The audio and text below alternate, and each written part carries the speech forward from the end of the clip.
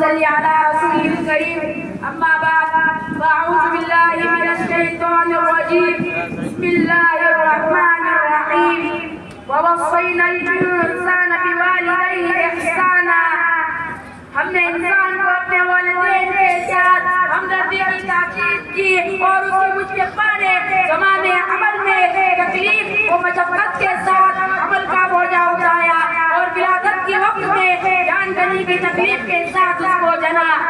محترم سامعین، قرآن مقدس میں اللہ رب العزت نے کئی جگہ اپنے حق کے ساتھ ساتھ والدین کے حق کا ذکر فرمایا۔ جہاں مالک الارض خالق کائنات نے اپنی عبادت کی تاکید فرمائی، وہاں والدین کے ساتھ حسن و سلوک اور ہمدردی کی تاکید فرمائی۔ کہیں فرمایا وَوَصَّيْنَا الْإِنسَانَ بِوَالِدَيْهِ إِحْسَانًا، ہم نے انسان کو اپنے والدین کے ساتھ بھلائی کا حکم دیا۔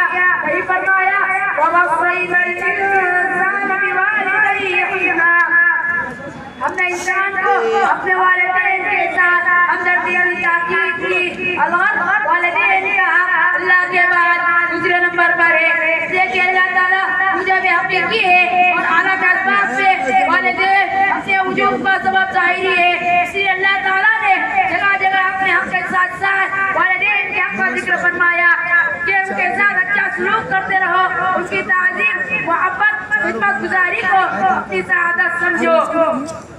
جناب رسول صلی اللہ علیہ وسلم نے ایک حدیث میں ارشاد فرمایا، ایک نوجوان صحابی بہت عبادت گزار تھا، نماز، روزہ، صدقہ اور خیرات کے کاموں میں سب سے آگے رہتا تھا، لیکن اس کی بیوی اور ماں کے درمیان اختلاف رہتا تھا، اس وجہ سے وہ بیوی کی بات میں آ کر ماں کے بات کو ترجیح دیتا، اس وجہ سے اس کی ماں اس سے بہت خفا رہتی تھی، جس کے نتیجے میں اس کی ماں اس سے بہت خفا رہتی تھی۔ اتفاق سے اس نوجوان کے مرنے کا وقت قریب ہوا، اس سے کلمہ نصیب نہیں ہو رہا تھا، تو اس کی بیوی نے آپ صلی اللہ علیہ وسلم کو اطلاع دی کہ میرے شوہر نزاع کی حالت میں ہے، چاہتی ہوں کہ آپ کو بتلا دوں، تو آپ صلی اللہ علیہ وسلم خود تشریف لائے اور کہا کہ کلمہ پڑھو۔ اس نوجوان نے کہا میں کلمہ پڑھنے کی طاقت نہیں رکھ سکتا، تو آپ نے فرمایا کیا اس کے والدہ زندہ ہے؟ لوگوں نے کہا جی ہاں، اس کے والدہ کو بلایا گیا اور کہا گیا اپنے بیٹے کو معاف کر دو۔ اس کی ماں نے کہا اے اللہ کے نبی، میں اس کو ہرگز معاف نہیں کروں گی۔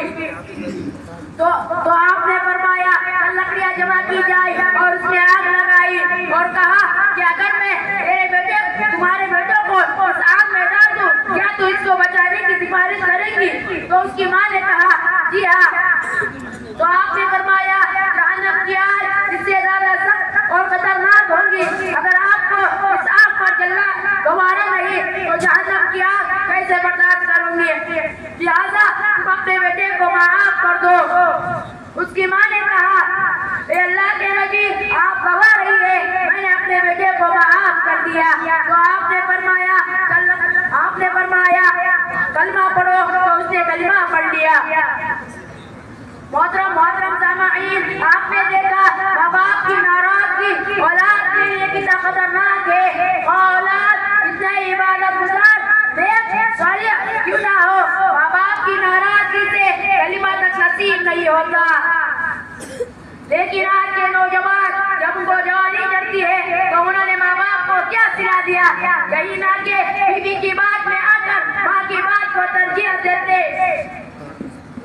ارے والدین کو اپنے گھنٹوں کا بوجھا سمجھنے والوں اور خوشی کے لیے انہیں عیب سمجھنے والوں، ذرا اس حدیث پر غور کرو کہ جس نے والدین کی نافرمانی کی ہے دنیا ہی میں اپنے کتنا بڑی سزا ملی۔